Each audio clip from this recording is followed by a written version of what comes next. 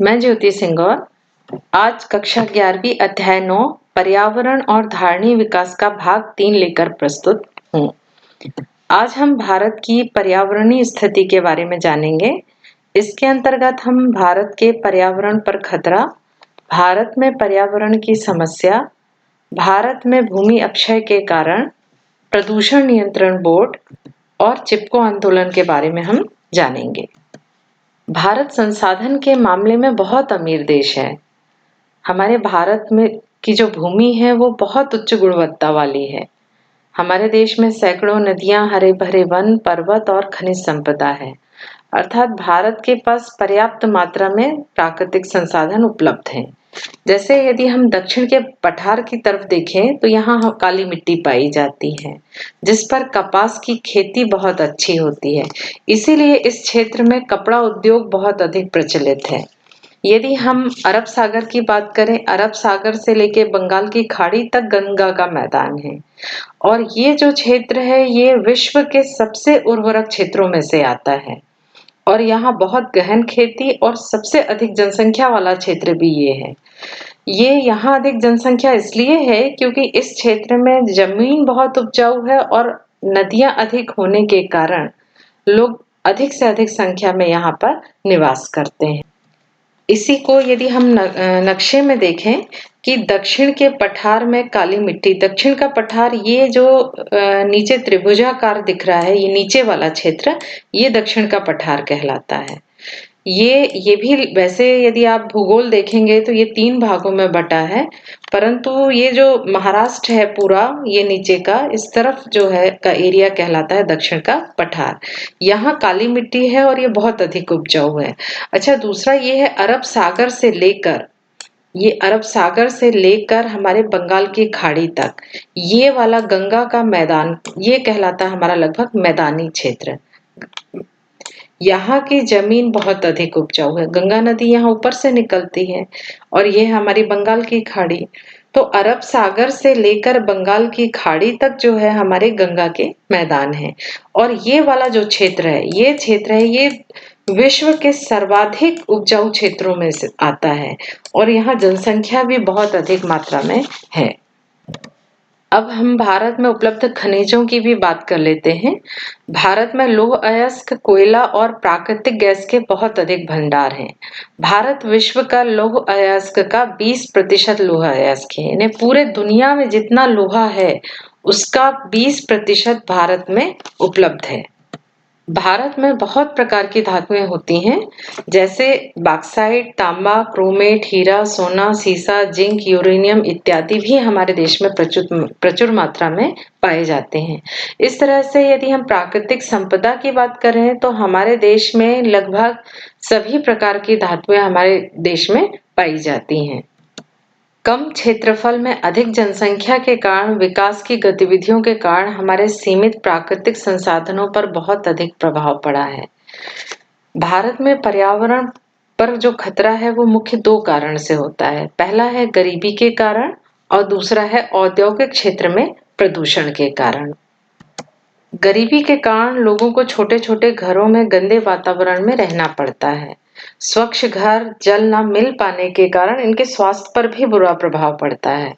प्रायः आपने शहरों में देखा होगा कि गरीब लोग ऐसे गंदे वातावरण में रहने के लिए मजबूर होते हैं और जो पर्यावरण को प्रदूषित भी करते हैं। बढ़ती जनसंख्या और आर्थिक विकास के कारण हमारे देश में औद्योगिक इकाइयां भी बहुत बढ़ गई हैं, जिसके कारण होने वाले प्रदूषण और कचरों के ढेर से हमारे शहर और आसपास के वातावरण बहुत अधिक गंदा हो रहा है। वायु प्रदूषण भी बहुत अधिक बढ़ रहा है। भारत में पर्यावरण की मुख्य समस्याएं निम्नलिखित हैं। ये सभी आप बहुत अच्छे से बचपन से सुनते आए हैं, निबंध में लिखते हैं या विज्ञान में आपने पढ़ा है कि भारत में पर्यावरण के प्रदूषण के क्या कारण हैं। फिर भी हम हमारे कोर्स में इसलिए हम थोड़ा थोड़ा इसको देख लेते हैं। पहला है वायु प्रदूषण, जो अधिक औद्योगिक इकाइयों और वाहनों के कारण हो रही है। दूसरा है हमारा दूषित जल। पर्याप्त मात्रा में स्वच्छ जल हमारे देश में उपलब्ध नहीं है क्योंकि प्रायः सभी नदियां प्रदूषित हो चुकी हैं। इसके बाद है हमारा मृदा क्षरण। हमारे देश में कोई कानून नहीं है। जिसका जो मन होता है वो जमीन का उपयोग कर सकता है। उपजाऊ जमीन है, इसके बाद भी लोग वहां पे घर बना के रहने लगते हैं या दुकान खोल लेते हैं या उद्योग स्थापित कर लेते हैं। तो इस तरह से जो हमारी अच्छी जमीन है उसका भी नुकसान होता है। जंगलों की कटाई है, जंगलों की कटाई के कारण बहुत सारी प्रजातियां विलुप्त हो गई हैं। जैसे जब मैं छोटी थी तो हमारे गांव में अचानक से आसमान के ऊपर झीलों का झुंड उड़ता दिखाई देने लगता था। मेरे को अच्छे से याद है। तब मैं अपनी दादी से पूछती थी कि ये क्यों आ गया अचानक से। तो मेरी दादी कहती थी कि गांव में कोई जानवर मर गया होगा। कि मतलब अब समझ में आ रहा है कि मृत जानवर को खाने के लिए चील आते रहे होंगे। और ये प्रकृति का कितना अच्छा सिस्टम है कि एक तरह से सफाई और पर्यावरण का संतुलन भी है कि जानवर मरा नहीं, कि दूसरा जानवर उसको खाने के लिए, जिससे कि आसपास कीटाणु उत्पन्न ना हो, प्रदूषित ना हो, स्मेल ना आए। तो इस तरह से जो चील है उसका कितना महत्वपूर्ण काम है। आपने बचपन में वो कहानी सुनी होगी कि कौवे को सफाई का दरोगा कहा जाता है। परंतु अब आप देखिए कि हर तरफ गंदगी ही गंदगी है। और कौवा यदि आप देखेंगे तो आसपास आपको कहीं दिखाई नहीं देंगे। तो इस तरह से अब क्या हो गया है कि गंदगी ज्यादा हो गई है, कौवों की संख्या कम हो गई है। इस प्रकार प्रत्येक पशु पक्षी का प्रकृति में हमारे बहुत महत्व है। हमारी पुस्तक में भूमि के अपक्षय के बहुत सारे कारण दिए हैं, इसको भी हम मुख्यतः देख लेते हैं। ये आसान है, आपको ये पॉइंट आप देख के भी खुद अपने मन से इसका विस्तार करके लिख सकते हैं। चूंकि आपके कोर्स में है इसलिए मेरे आपको बताना और पढ़ाना एकदम आवश्यक है। सबसे पहला है जलाऊ लकड़ी और चारे का निष्कर्षण। फिर है वन भूमि का अतिक्रमण। दिनों दिन जंगल की कटाई आप देख रहे हैं कि होती जा रही है, वन भूमि कम होती जा रही है और लोग अपना खेत बनाते जा रहे हैं या घर बनाते जा रहे हैं। वनों में आग और अत्यधिक चराई। आपने अभी ऑस्ट्रेलिया के जंगल में लगी थी, हजारों किलोमीटर के जंगल जल गए। उसमें कितने पशु पक्षी जलकर नष्ट हो गए। तो इस तरह से आए दिन ये वनों में आग लगने की घटना जो है वो सामने आती रहती है। भूमि की उर्वरा के कारण फसल चक्र भी क्या हो गई है। जो फसल चक्र थी उसका बहुत महत्वपूर्ण रोल था। परंतु अब हम क्या करने लगे हैं, लाभ कमाने के लिए उस खेती पर बहुत अधिक उर्वरक का उपयोग करते हैं और एक वर्ष में 3-4 फसल उगाने की कोशिश करते हैं। तो इस तरह से जो जमीन है, भूमि की उर्वरा शक्ति, वो भी क्या होती जा रही है, खराब होती जा रही है। संरक्षण हेतु समुचित उपायों का न अपनाया जाना। आप जानते हैं कि जंगल के संरक्षण के लिए अब तो प्रयास होने लगे हैं, परंतु बीच के दौर में जंगलों का इस तरह से उपयोग होता था, जिसका जो मन होता था वो पेड़ काट लेता था। और इस तरह से दिनों दिन हमारे जंगलों की संख्या क्या हो गई है, कम हो गई है। कृषि रसायन के प्रयोग से भूमि की उर्वरक क्षमता नष्ट हो रही है।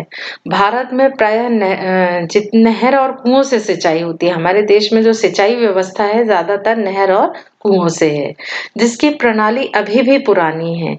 वही हम कुएं से पाइपलाइन लगा देते हैं, उससे क्या होता है, कहीं अधिक पानी मिल जाता है और जहां पर कहीं कहीं सूखा रह जाता है। या जो शुरू के खेत होते हैं कुएं के पास के या नहर के पास के, वहां अधिक पानी मिल जाता है और जो दूर के खेत है वहां तक पानी पर्याप्त मात्रा में नहीं पहुंच पाता। तो अभी भी हमारे पास जितना पानी है उसका हम समुचित उपयोग नहीं कर पा रहे हैं।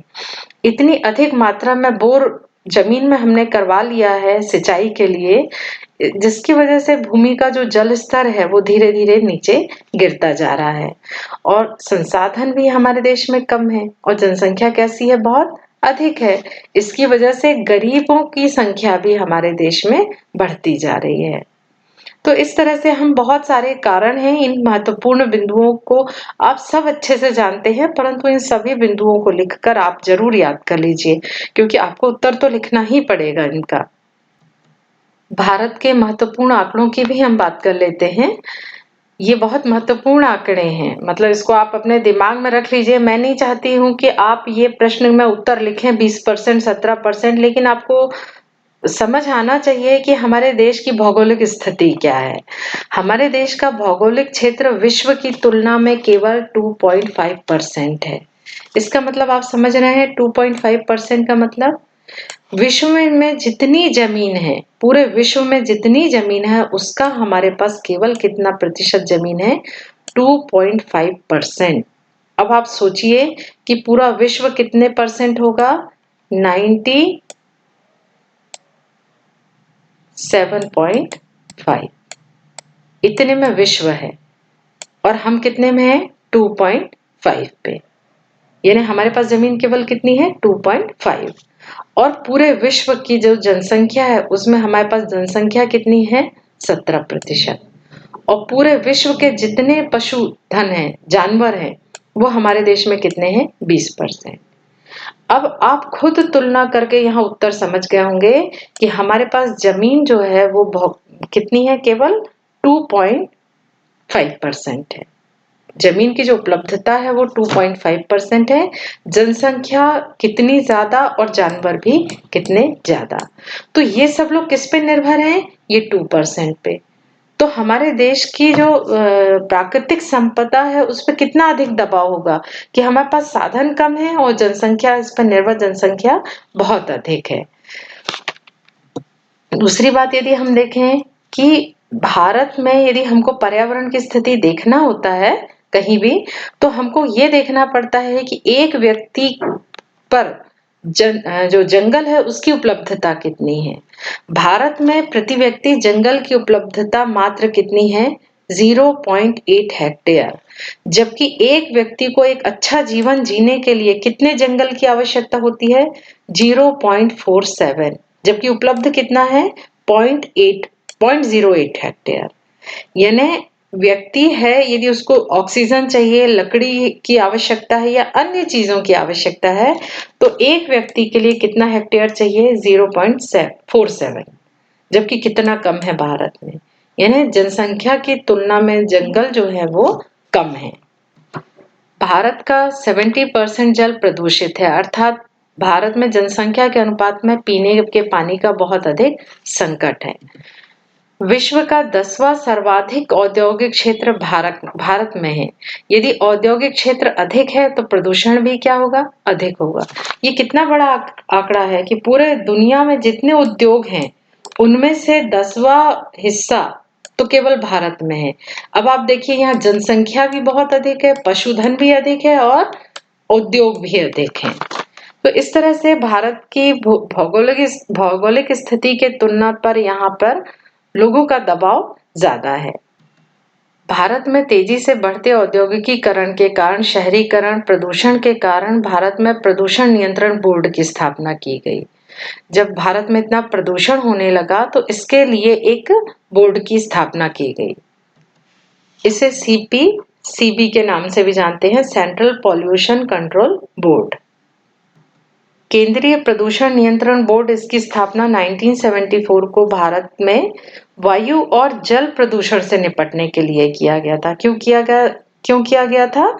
वायु और जल प्रदूषण से निपटने के लिए किया गया था। किसकी स्थापना की गई थी? ये महत्वपूर्ण चीज है, आपको पता होना चाहिए। ये सीबी के नाम से फेमस है, ये सेंट्रल बोर्ड। केंद्रीय प्रदूषण नियंत्रण बोर्ड कब स्थापना की गई थी? 1974 को की गई थी। बाद में सभी राज्यों में भी राज्य स्तर पर प्रदूषण बोर्ड की स्थापना की गई, पर सबसे पहले की गई थी केंद्र सरकार के द्वारा। बाद में हर राज्यों ने अपना खुद का प्रदूषण नियंत्रण बोर्ड की स्थापना कर ली थी। केंद्रीय प्रदूषण नियंत्रण बोर्ड जो है वो जल धाराओं, नदियों और कुओं के संवर्धन के लिए तकनीकी सहायता प्रदान करता है। यदि हमारे देश में कोई नदी को प्रदूषित करता है या कुआं खोदना है या नदियों से गलत तरीके से सिंचाई कर रहा है खेत पे, या उसका उपयोग औद्योगिक इकाई के लिए कर रहा है, या उद्योग का कचरा नदी पे फेंक रहा है, तो इन सब के लिए जो देखभाल करता है वो केंद्रीय प्रदूषण नियंत्रण बोर्ड करता है। अच्छा, वायु प्रदूषण के लिए भी ये काम करता है। पहले ही मैंने आपको बता दिया है कि वायु और जल प्रदूषण के लिए कौन काम करता है? केंद्रीय प्रदूषण नियंत्रण बोर्ड। पर्यावरण संरक्षण के लिए हमारे देश में बहुत सारे आंदोलन चले, परंतु दो प्रमुख आंदोलनों के बारे में हमारे बॉक्स 9.3 में दिया है। चिपको आंदोलन ये कब चालू हुआ था? 1973। नाम से ही आप समझ गए होंगे, चिपको मतलब चिपकना। यदि किसी चीज को बचाना है तो उसके लिए चिपक जाना, इसीलिए इसका नाम ही चिपको आंदोलन पड़ गया। पहले ये जब 1973 में जब ये आंदोलन चला तब ये प्रदेश उत्तर प्रदेश में था, परंतु विभाजन के बाद वर्तमान में जहां ये आंदोलन चला ये अभी वर्तमान में उत्तराखंड के चामोली गांव में है।